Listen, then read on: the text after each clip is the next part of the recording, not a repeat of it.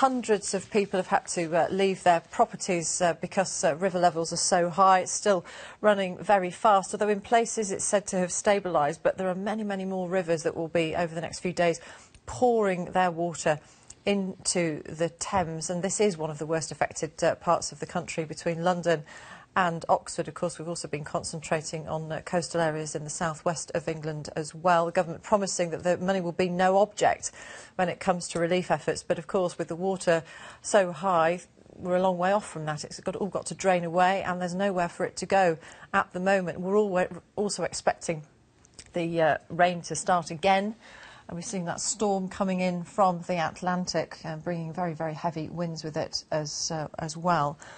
Schools closed as well. I've heard of reports of schools in Egham and Staines in Surrey that are closed today because of the flooding problems, and people having to improvise. There's a GP surgery that's set up in a hotel in Staines today so that people can try and get help a little bit more readily.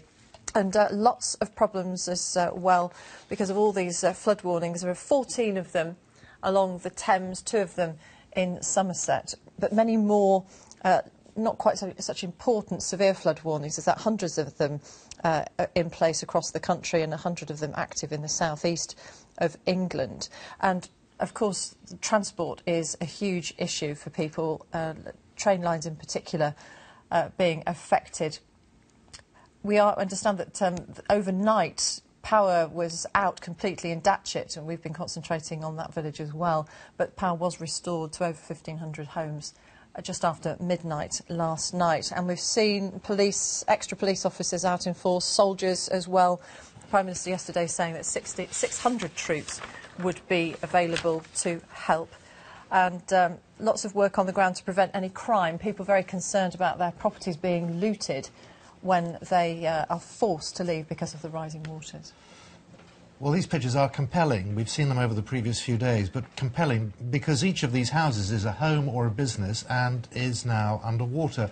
And this is the scene for miles now, up through the Thames Valley, up into Oxford, and it's now being repeated on other rivers, such as the River Severn.